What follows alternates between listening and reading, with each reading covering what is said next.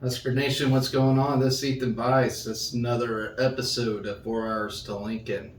Before I begin, I do want to show you guys my balls.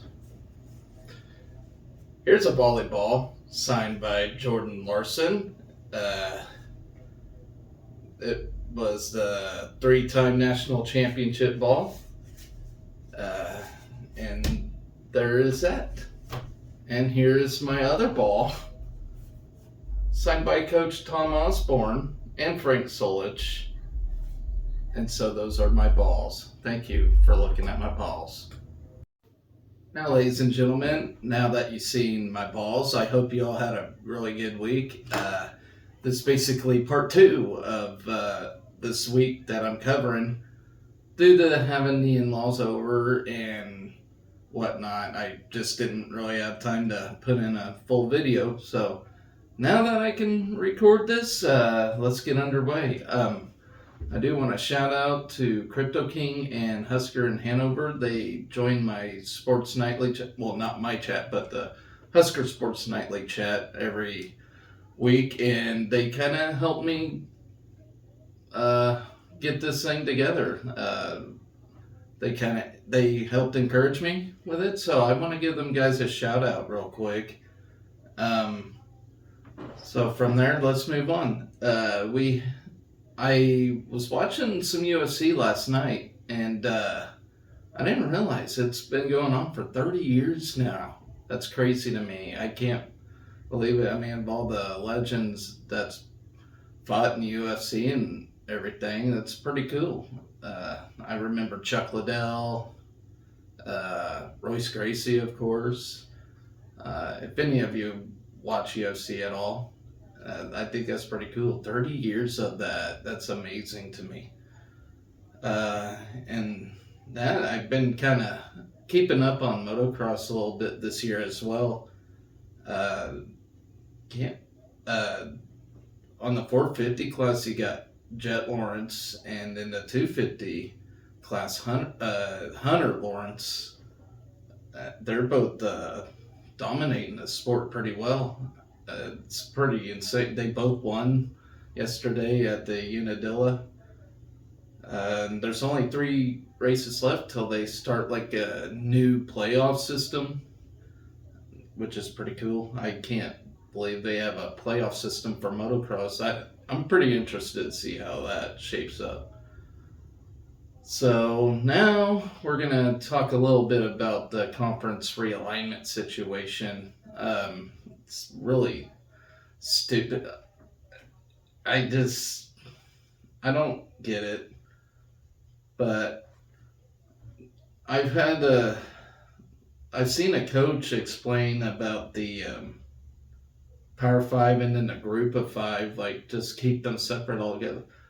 That's what I think is really stupid. So you got the FCS and the FBS, and you don't have like FCS and FBS in other sports, In other sports, if you're Division 1, you're Division 1, and everybody has a chance to play for something big.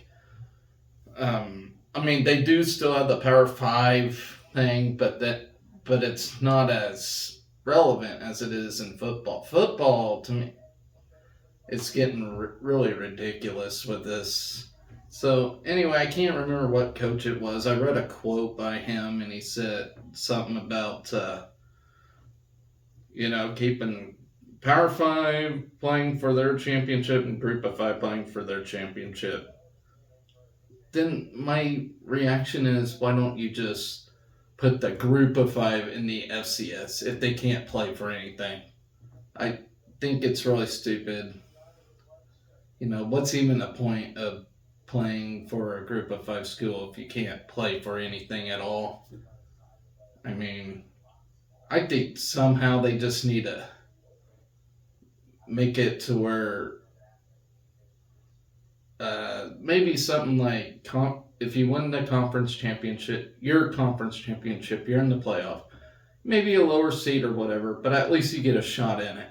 Why not? I mean, you never know. I mean, it's getting really stupid.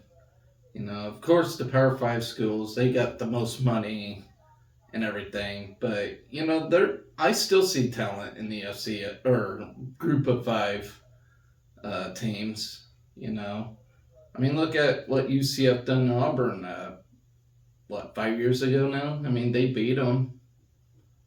So, I don't know. I'm really getting frustrated with that whole ordeal. Uh, but like I said, it don't just affect football at all. It affects other sports, soccer, volleyball. Wait till volleyball next year. I mean, you're gonna start having Nebraska and Stanford play almost annually now, which that's gonna be crazy. You got Big Ten versus basically Pac-12 in soccer every year. It's just it don't just affect football. Everybody thinks of just football but look at the broader picture. Not to mention, Big Ten has prided themselves as being like the only conference that has all their schools that have a wrestling team. We're the only conference that's gone now. That ain't happening. Cal don't have a wrestling team. Washington don't have a wrestling team. I mean, I think this is a poor decision by the Big Ten. I really do. And just the NCAA in general. I mean, if anything, why don't we just have Midwest or, just go by regions? You have the West Coast, the Midwest, the South. Why don't we just do that if we're going down this road? Of course I know it's all about the money. Everything's about money now. You can't pretend otherwise. It ain't. It's all about the money. But yeah, I'm sick of arguing about it.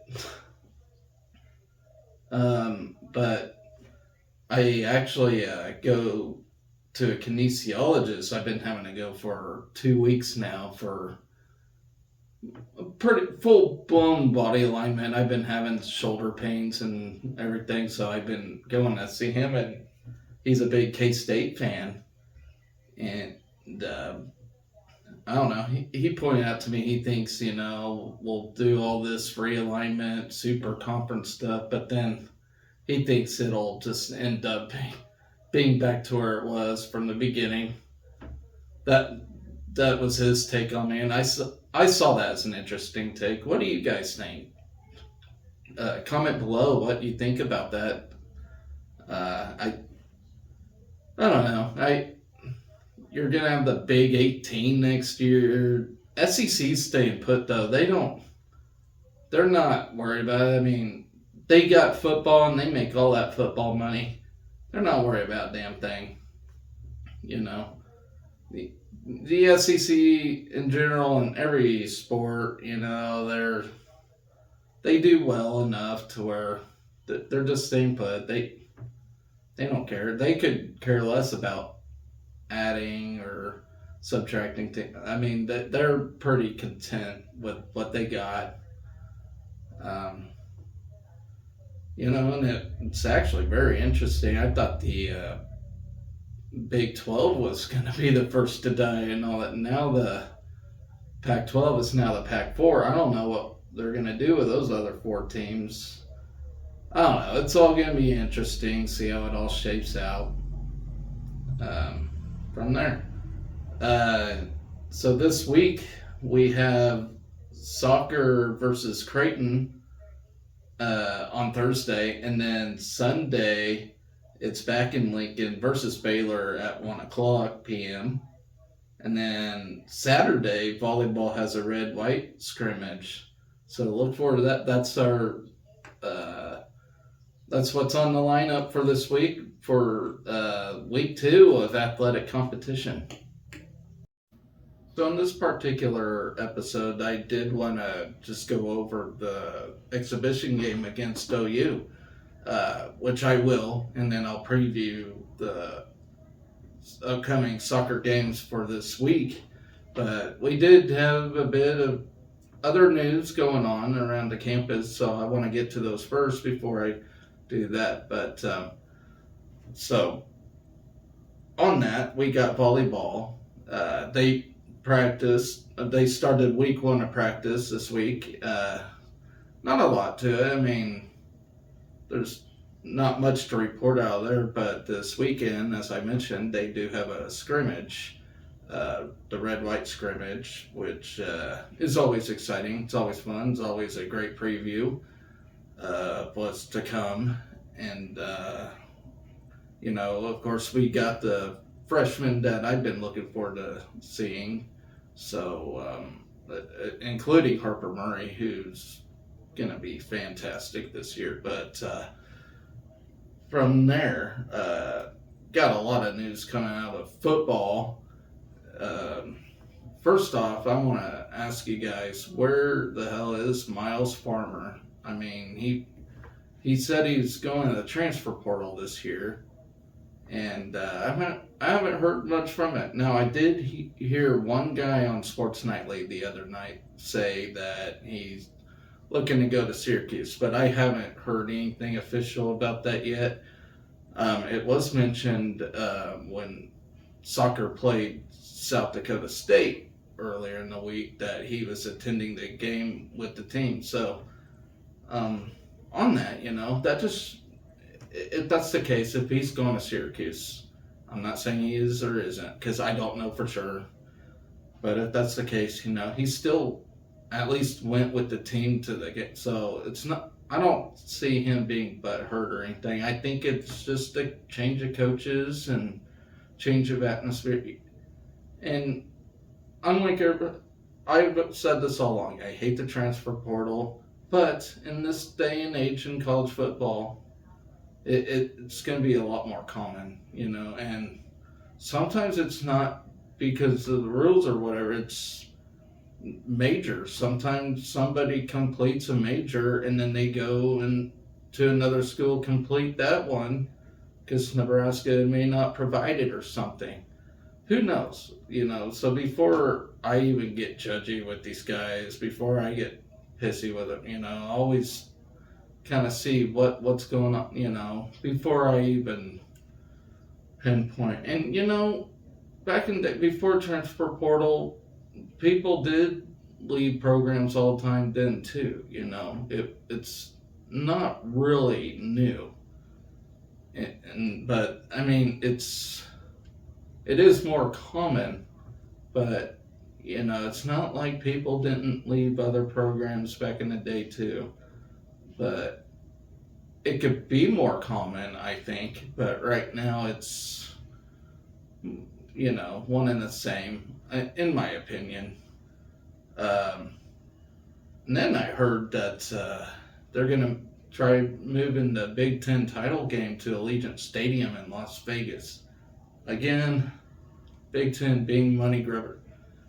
How stupid is that? Big Ten has been in the Midwest Regional Conference for a long, long time, back when it was the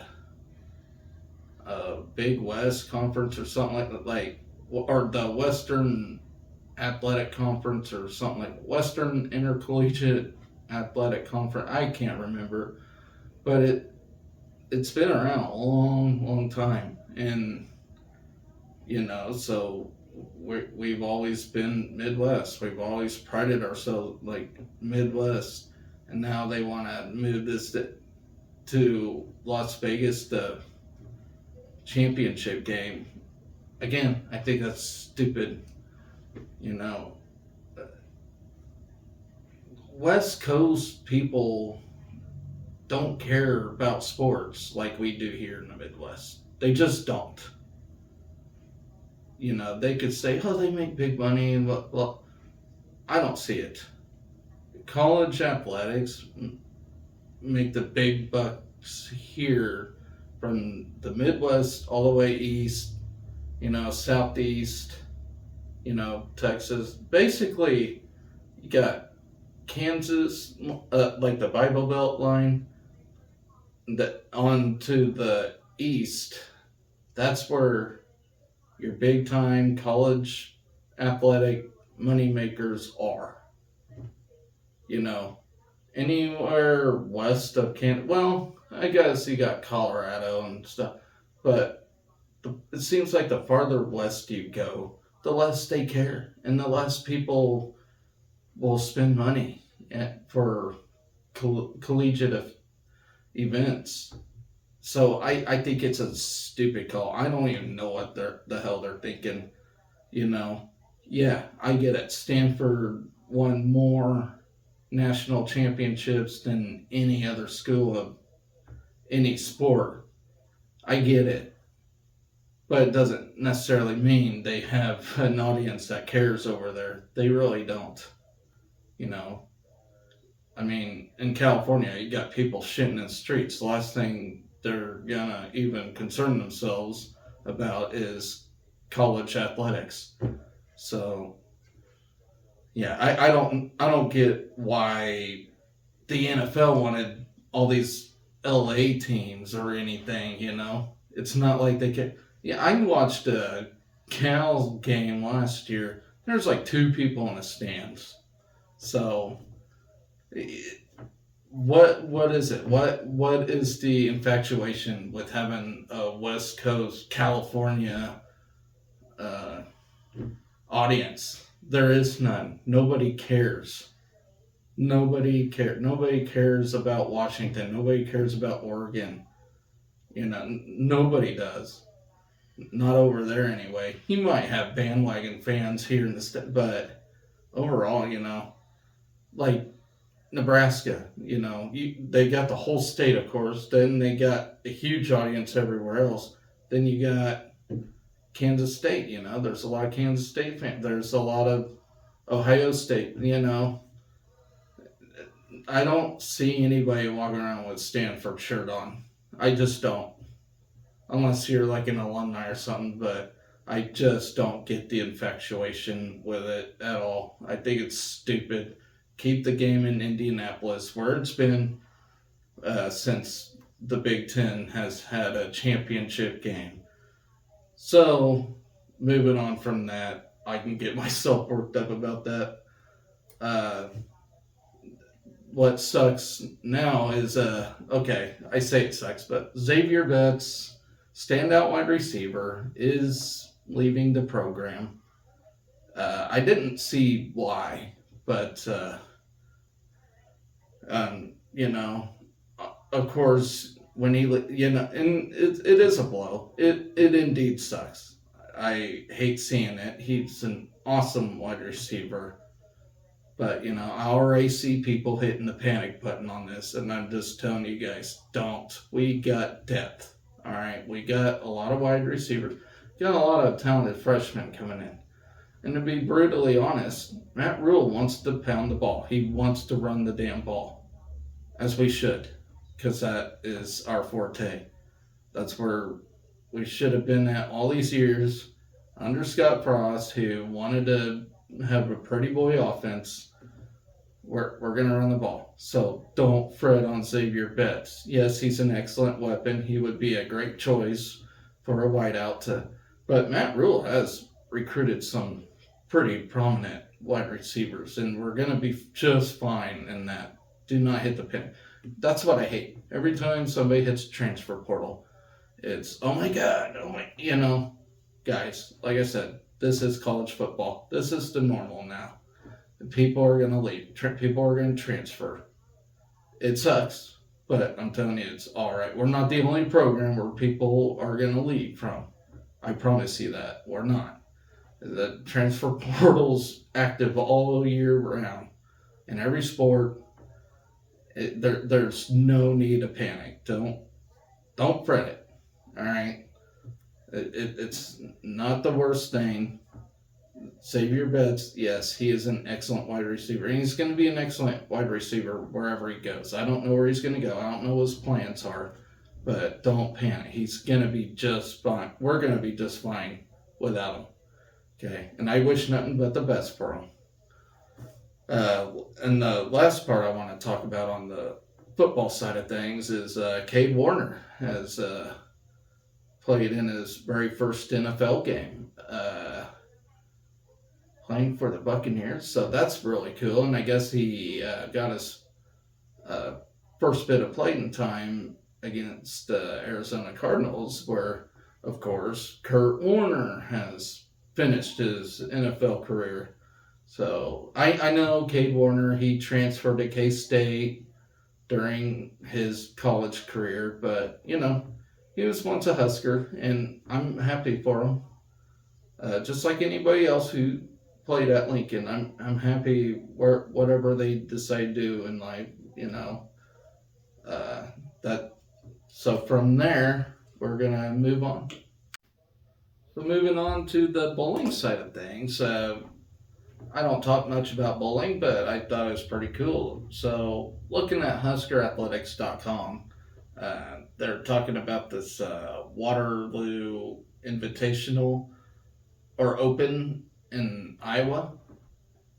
So I'm going to read this word by word from the Husker Athletics website.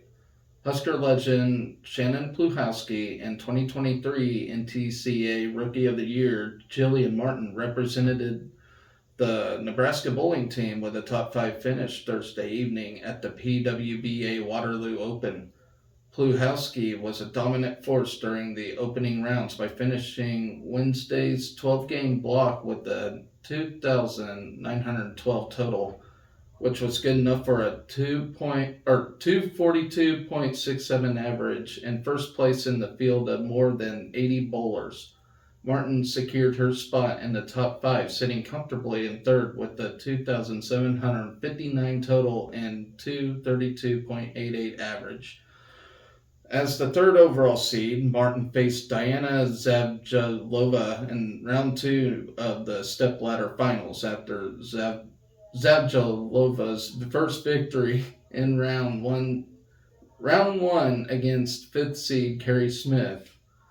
2 years ago to the very day, Martin, at just 17 years old, became the youngest player to ever win a PWBA Tour title when she defeated England's Verity Crowley 221 to 188 to win the 2021 PWBA Bowl TV Classic in Arlington, Texas. Martin battled but fell to Zabjalova 249 to 223 to finish fourth and earned the $2,500 cash prize. Zabjalova then defeated Jordan Richard to face top-seeded Pluhowski in the finals. In the first place match, Pluhowski struck 9 of her final 10 shots, but Zabjalova came out on top. Pluhowski walked away with $5,000.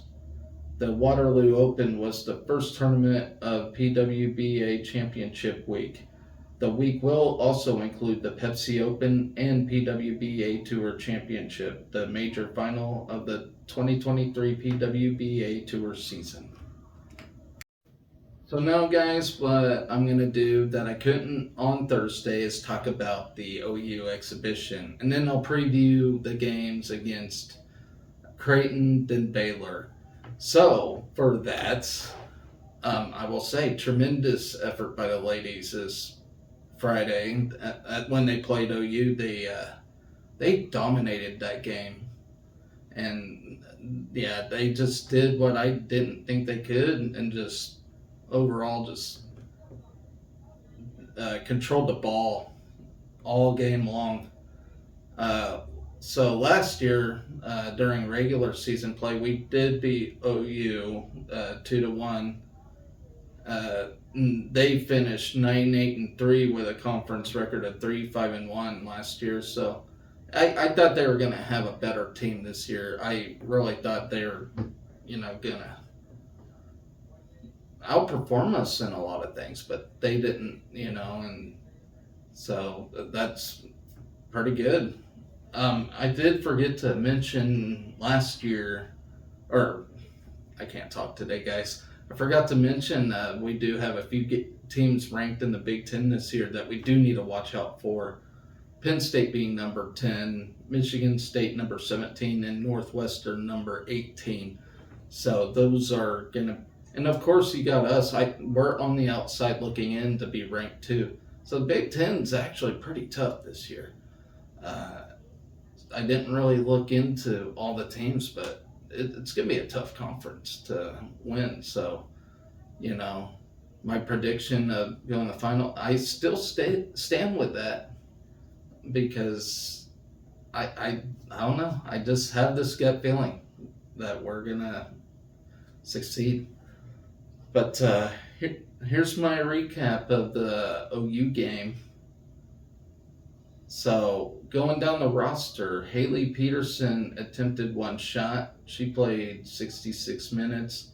Nicola Howe, she took one shot, played for 64 minutes. Ella Guyot took her shot. She played for 68 minutes. Abby Shores, she attempted one shot. She had one shot on goal, and she played for 45 minutes. Eleanor Dale, she had 5 shots, team high of 5 shots this game, including one shot on goal. She played for 50 minutes. Florence Belzile, she had one shot on goal, and on just 27 minutes. Sadie Waite, she played 63 minutes. Lauren England played 52 minutes. Jordan Zaid, she took one shot, played for 52 minutes. Sarah Weber, of course, she's going to be player of the game. She's going to be my player of the week this week, my athlete of the week. She's just a really good player. But in just 45 minutes of game time, she took 3 shots on goal, and 1 goal. And like I said, played for 45 minutes. So she's definitely my player of the week, so to speak. So congratulations, Sarah Weber. You earned some recognition from me. Sammy Houck, of course, she's our goalie. She only had to do 1 save all game. She did have a backup play today. I'll get to her in a minute. So our subs that went in, Cece Villa, who was the backup goalkeeper, she played for 29 minutes. Finally, we got to see Ava Makovica. She only got 16 minutes of game time, but she held her own out there. I thought she did pretty well. So congratulations to her. I was really happy to see her on the field, given the history of her uncle playing here as fullback. Reese Board played 45 minutes. Audra Clark, she had an assist in there, had 37 minutes of playing time. Marissa Papula, she played for 46 minutes. Samantha Corey had 28 minutes. Emma Prasowski played for 65. Abby Basek for 13 minutes. Ella Rudney, she had 2 shots, 1 shot on goal. Played for 35. So Ella Rudney looks really good. And then, it was actually a toss-up between Sarah Weber and Kama Carpenter in this game, who I think had a really impressive game. But Kama Carpenter, who is a sub in, she played for only 49 minutes. She had 3 shots, 2 shots on goal, and a goal in this game. So she shot the game-winning goal. And she is a Lincoln product. So that's what's really cool about this team is they really recruited in-state and got some really great players for this team. So congratulations to Kama Carpenter for getting in there and getting a goal in against a rival. Then we have Maggie Altman. She had 1 shot on goal, and played for 30 minutes. So that is the recap against OU. I'm trying to see. Okay, so here's the overall team stats. We beat OU by 20 shots to 8. So we basically dominated time of possession with the ball. 20 shots to 8, that is a wide margin. And the Big 12 in general is actually a pretty tough conference. You got really, really good teams in there. I can't remember how many are ranked, but it's a top conference when it comes to women's soccer. including TCU. They're pretty good. So we beat OU 20 shots to 8, 10 shots on goal to their 2. So they like only had 2 that even got close to the goal. We had one assist. We had one assist the whole game, to their 0, and we only had 2 saves all game, while OU's Sierra Giorgio and Olivia Ramey both had 4 each. So they had to save the ball 8 times all game. So the goalies really had to work for this one. It could have been a lot. I think it could have been a lot worse for OU. We were in the box like the whole game, pretty much, and they just didn't stand a chance. But good luck to OU for the rest of the year. I do hope they have a better season than what this exhibition game showed, and I think they do have a chance to make a little bit of noise this year. Let's see. We had 3 corner kicks. OU had 2. But my one main concern from watching this game is the penalties. Just like football, women's soccer, we commit so many penalties. Like we're really, really salty out there, and so we really got to clean it up on the penalty part. Because penalties kill games, and when we have a team like St. Louis coming in, you gotta play a really clean game against them. So if there's one thing I'm really concerned about this year, it's penalties. Hopefully John Walker can mop this up. I think I mentioned the penalties when we played South Dakota State as well. We have really got to watch it on that. I mean, I know that, I don't know, the slide kicks, we're always running into them and bumping, whatnot, but it's just got to get cleaned up.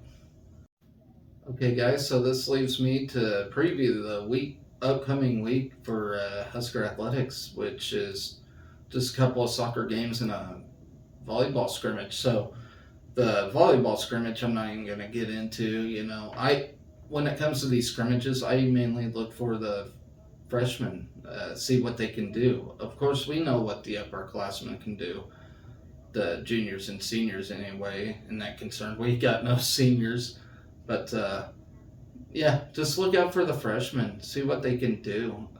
We got some really fantastic players coming in this year. Every one of them played some international ball in one way or another. So that's really incredible. But so we're going to just preview the 2 soccer games coming up. So the first one's against Creighton, which is this Thursday. Last year, Creighton finished 8-4 and 8 with a 4-3-3 conference record. They lost to number 1 Georgetown in the East Coast or Big East soccer tournament, but they played really well. So they're looking to continue success. And this is going to be a pretty dangerous team to start out with, I think. First off, you got a rivalry. It's going to be at Creighton. So I'm expecting a really good game out of this. Let's see. Creighton did just finish an exhibition game against Omaha, who they beat 2-1. So, and that was their only exhibition game they had all year. Which I don't know how soccer does this. Do certain teams only get one exhibition game? I don't know. But regardless, they had an exhibition game against Omaha, and they beat them 2-1. They're going to be a very salty and experienced defense. I guarantee they're going to play keep away from us. Like, it's Sarah Weber's going to have to do what Sarah Weber does, and when she gets the ball, she's going to have to shake people off like none other. Very, very salty defense. It looks like they do have two all Big East players in their midfield. So again, when we're playing in that midfield range, trying to get momentum going our way, we're gonna have a difficult time with that. I think we can get it done, but it's gonna be a challenge. Um, I did write overall not too concerned. This team is strong defensively, but I feel like our offense, especially with Sarah Weber, is going to play stronger. Of course it is a rivalry game, but let's see. I think we can start off 0-1 in this thing. At first, I didn't think so, but I think we can get it done. We're just going to have a good time against their defense. But they do have a pretty strong goalkeeper. She's in Keelan Terrell. Man, she got over 4,000 minutes in her career, almost 5,000. So she's got a lot of goalkeeping time. I mentioned all their defenders. Their midfielder, Lara Kazanjian, I'm terrible with names, like you all know, had 4 goals last year, first team All Big East. Then their Abigail Santana, she was a Big East All Tournament selection last year. She's a very good midfielder, it looks like. As far as our forwards go, though, I think our defenders are going to match up really well against them. So if they do get the ball, I think we're going to get it right back. And then we just have to shake off the defenders from there. So, like I said, I'm going to predict a 1-0 start for this team. If not a tie. It's either going to be a tie or we're going to win this thing. But I think we can manage really well, especially our showing against OU. We just overall dominated that game.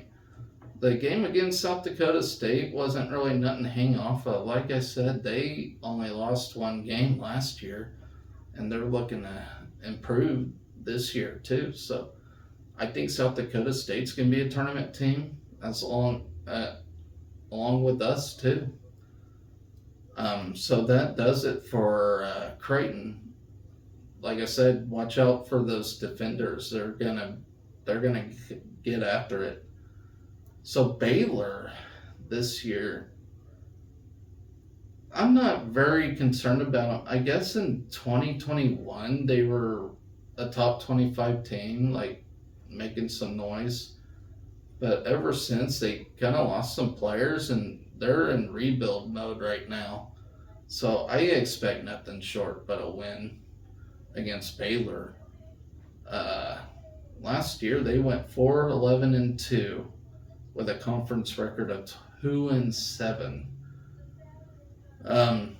Now, with that being said, they did have an impressive showing in their 2 exhibition games this year.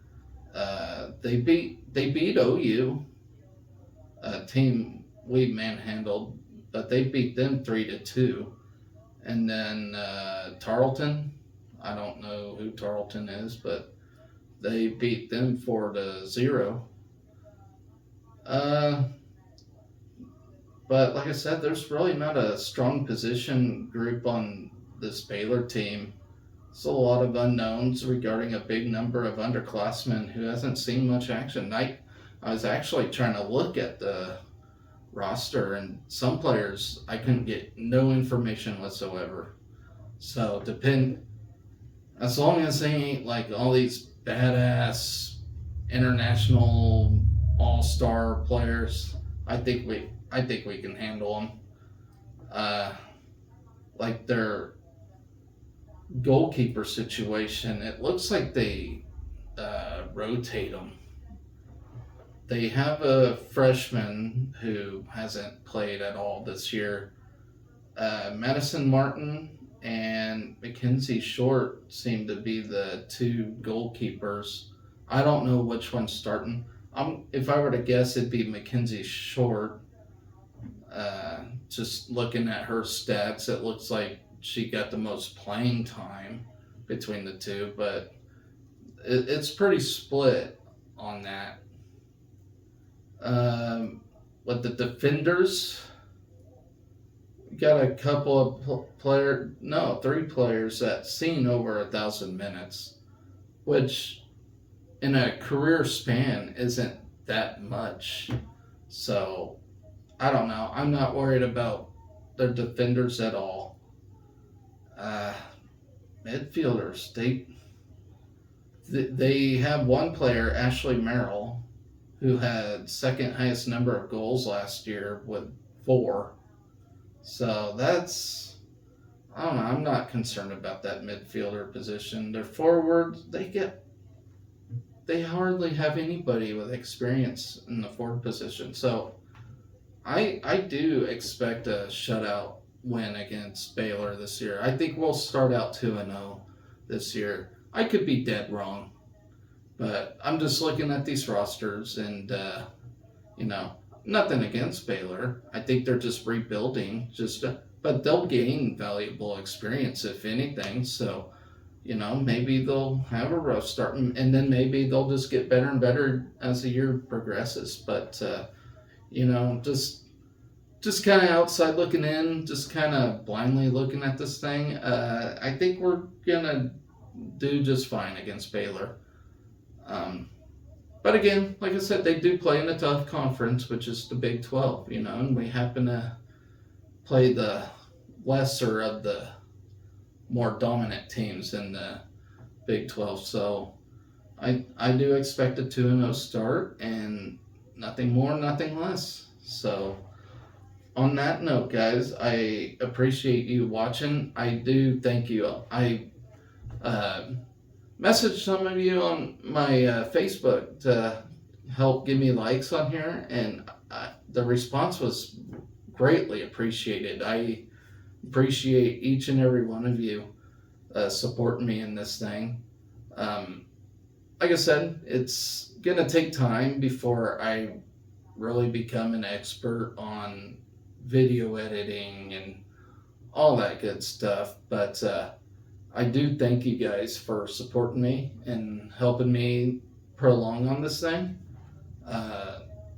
Like I said, I'd like to keep this week to week until something bigger happens, but I think week to week's a good start for this. It doesn't pressure me in any way to get a video out every single day, and it helps kind of build stuff I can talk about as well. I feel like if I'm trying to push something out every day, I'm going to run out of things to talk about.